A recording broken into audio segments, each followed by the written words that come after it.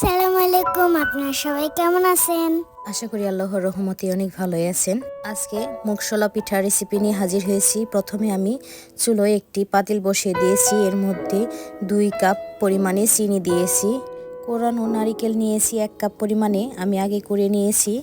এবার লিকুইড দুধটা আমি আগে জাল করে রেখেছিলাম, ওইটা দিয়ে দিলাম 3 কাপ পরিমাণে।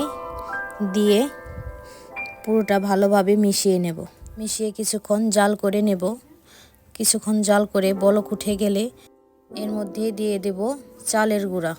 আমি এখানে আতপ চালের গুঁড়া নিয়েছি, আপনারা যে কোনো চালের গুঁড়া নিতে পারেন, কোনো সমস্যা নেই। আমি এখানে 3 কাপের একটু বেশি চালের গুঁড়া দিয়ে দিলাম।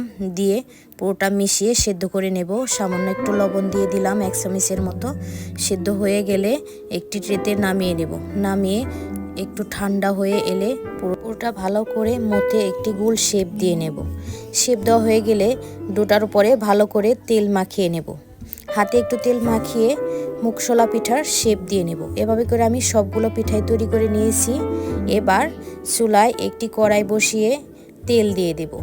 তেলটা একটু বেশি করে দেব, ডুবো তেলে ভাজবো। তেলটা গরম হয়ে এলে পিঠাগুলো একে একে দিয়ে দেব। দিয়ে উল্টে পাল্টে লাল লাল করে ভেজে নেব।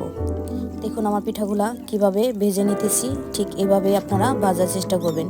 যদি সাদা রাখেন তাহলে ভিতরের অংশ হবে না, খেতে ভালো লাগবে না।